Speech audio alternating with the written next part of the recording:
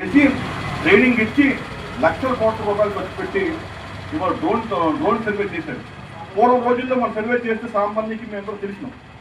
ఒక పొయ్యి పాటి జెండా పాతి గొలుసు పట్టుకొని కొలిస్తే ఆ గొలుసు గట్టిగా కొలిస్తే ఒక కొలత లూజ్గా వదిలిస్తే ఒక 5 సెంట్లు 10 సెంట్లు మొక్క పడిపోతుంది. ఇలాగ ఇబ్బంది పడేవారు. ఈ డ్రోన్ సర్వేతో చక్కనటువంటి శాటిలైట్ సర్వే ఇవాళ రాష్ట్రం అంతా చేస్తారు. అది జగన్మోహన్ రెడ్డి గారు చేస్తే ఎలక్షన్ ముందు చంద్రబాబు నాయుడు పవన్ కళ్యాణ్ ఏం చెప్పారంటే, జగన్మోహన్ రెడ్డి గారు సర్వే రాళ్ళ మీద భూములు వేసుకుంటారు కాబట్టి మీ భూములు జగన్మోహన్ రెడ్డి గారు తీసుకుంటారు అన్న. జనం అందరూ ఈ పథకాలన్నీ పోయి నమ్మిస్తారు.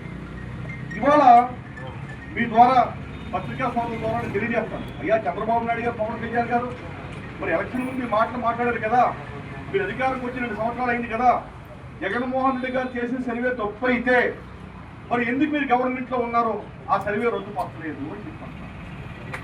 ఇవాళ సర్వే మేలు జరిగింది. ఇవాళ ఏం చేస్తాడు చంద్రబాబు నాయుడు పవన్ కళ్యాణ్, జగన్మోహన్ రెడ్డి గారు చేసిన సర్వేకి ఇవాళ ఆ తాలూకు రాళ్ళ మీద ఉన్నటువంటి ఫోటోలు తెలపడానికి 1500 కోట్ల రూపాయలు ఖర్చు పెట్టి రాళ్ళ మీద ఫోటోలు తెలుస్తాను. రాళ్ళు తీయడం కాదు, రాళ్ళ మీద ఫోటోలు తెలుస్తాను. అంతేకాకుండా జగన్మోహన్ రెడ్డి గారు తయారు చేసిన పాస్ పుస్తకాలని ఇవాళ అట్లా మార్చి చంద్రబాబు నాయుడు ఇచ్చినట్టుగా ఈయన కోల్పోతాను. అన్ని తప్పు తడకలు మళ్ళీ రిటర్న్ మొదలెట్టమని చెప్పని మళ్ళీ మొదలుకు వచ్చింది. నీ ద్వారా తండ్రి పేరు, నీ ఇంటి పేరు, నీ పేరు తప్పు పడితే మళ్ళీ సవరణ చేయమని, సరి చేయమని, మళ్ళీ సర్వేలు ఎంఆర్ఓలు ఆర్ఐఎల్ దగ్గరికి విఆర్ఓ దగ్గరికి వెళ్తే మళ్ళీ ఆ తడిపితే కానీ ఆయన్ని సరి అవ్వదు. అంటే మొదలు తెచ్చాడు మళ్ళీ చంద్రబాబు నాయుడు. ఆ తాలూకు కార్యకర్తలు బతకడానికి, అధికారులు బతకడానికి అంత కూడా లంచగొట్టి మయమైపోయింది. ఇది ఈ రకమైన చేస్తున్నారు. ఇవాళ ఈ పెద్ద మనిషి మనం దావాస్ వెళ్ళిన తర్వాత ఆ పార్లమెంటరీలో చెప్తున్నారు, ఆంధ్రప్రదేశ్లో భూ సంస్కరణ చట్టం నేను చేశాను అని చెప్పంటాడు. అంటే జగన్మోహన్ రెడ్డి గారు చేసినటువంటి దాన్ని కూడా క్రెడిట్ని ఈయన చోరీ చేసి దొంగలించబడ్డాడు. మొన్నటి నాటిన 14 ఎయిర్పోర్ట్ తాలూకా నోటిఫికేషన్ ఇచ్చాడు. ఆ రోజు పెద్దల అశోక్ రాజు కేంద్ర మంత్రిగా మరి విమానశాఖ మంత్రిగా ఉన్నాడు. ఉంటే 14 నుంచి 19 వరకు కూడా 15,000 ఎకరాలు అన్నాడు. తర్వాత 5,000 అన్నాడు.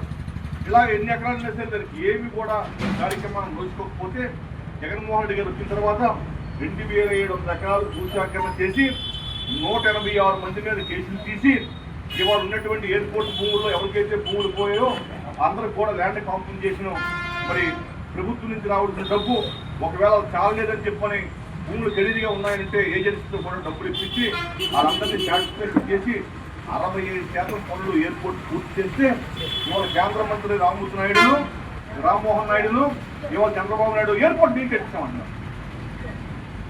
ఆ రోజు ఎలక్షన్లో సూపర్ 6 అన్నాడు. ప్రతి ఆడపిల్లలకు కూడా గజనుడికి 6 గ్యాస్ సిలిండర్లు ఇస్తామన్నాడు. ఇవాళ 2 సంవత్సరాలు అయింది.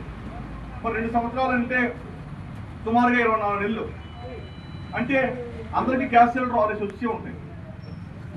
ఇవాళ ఎవరైతే కొడుకులు ఉన్నారో, కూతురు ఉందో, చదువుకున్నటువంటి పిల్లలు ఉన్నారో, నిరుద్యోగంగా ఉన్నారో వాళ్ళందరికీ ఇంటికి ఒక ఉద్యోగం 2 ఉద్యోగం ఇస్తామన్నాడు.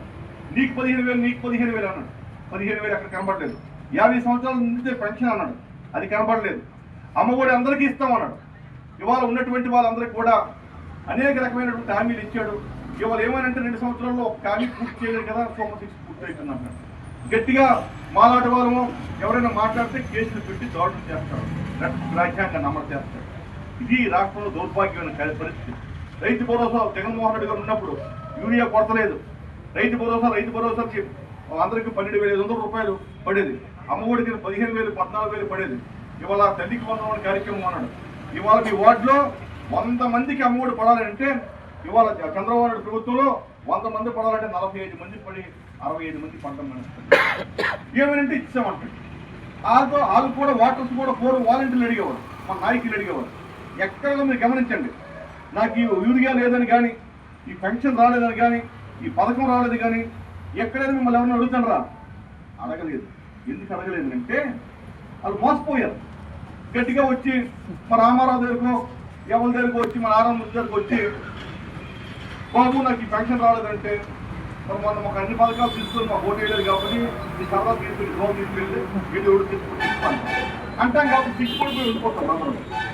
ఇది ఇవాళ ఈ 2 సంవత్సరాల్లో కొత్త పెన్షన్ ఒకటి రాలేదు. పాత పెన్షన్ నువ్వే తీసేస్తావు ఏదో ఒక చెప్పి.